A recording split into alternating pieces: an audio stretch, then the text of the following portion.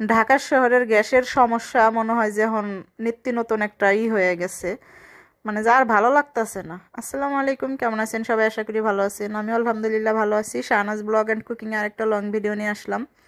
এই তো সকালবেলা কোনো নাস্তাই মানে খাওয়ার মতো কায়দা নাই। হোটেল থেকে পরোটা কিনে নিয়ে আসছে, তো হোটেলে ডিম ভাজা ছেলে খেতে চায় না, তা আমি আবার এখানে দুটা ডিম পোস্ট করে দিলাম। তো ভিডিওটা সকাল থেকে শুরু করার, আর এখানে ছোট মাছের চচ্চড়ি করব। আর ভিডিওটার সঙ্গে থাকবেন, অবশ্যই ভালো লাগবে। আমি কিন্তু এখানে বেশি করে কাঁচা ঝাল, পেঁয়াজ, টমেটো সব কিছুই নিছি। তার আগে কিন্তু আলু কুচিটা আমি ওর ভিতরে তেল, লবণ সব কিছু হলুদ দিয়ে একটু নরম করার জন্য রেখে দিছি।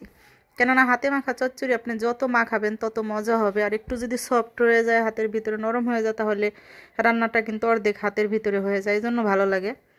তো ওই জন্যই আমি আলুর ভিতরে লবণ, হলুদ, তেলটা আগে দিয়ে রাখছিলাম। দেখে আলুটা একদম কি সুন্দর দেখে নরম হয়ে গেছে।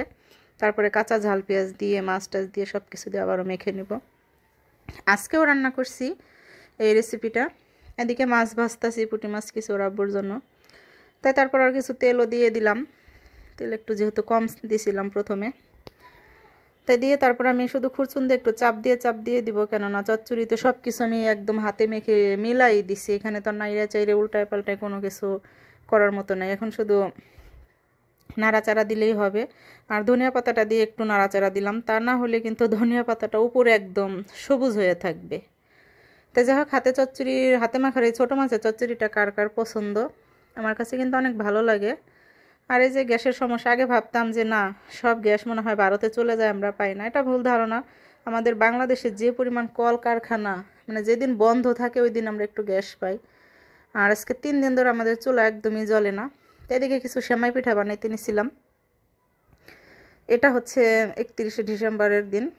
হঠাৎ করে মন চাইলো যে কিছু সেমাই পিঠা খাবো। তা আমি আবার অত আহামরি বানাইতে যাই না, দুইজন মানুষ অল্প করে বানায় তারপরে রান্না করে খাই।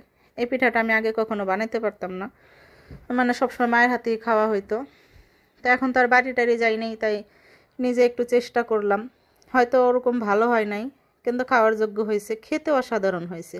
মানে পিঠাটা দেখতে হয়তো আমার মায়ের মতো ওরকম চুক্কা চুক্কা অত সুন্দর হয় নাই, কিন্তু খেতে ভালো হয়েছে। কেননা বেশি করে দুধ দিয়েছি আমি।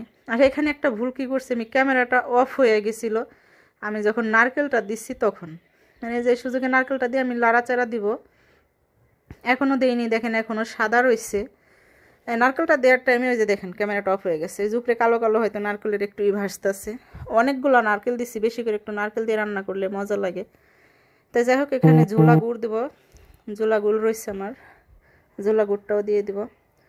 আর যারা আমার ভিডিও দেখেন তাদেরকে অসংখ্য ধন্যবাদ। এই ভিডিওটা যারা ইউটিউব থেকে দেখবেন অবশ্যই আমার চ্যানেলটা সাবস্ক্রাইব করে রাখেন।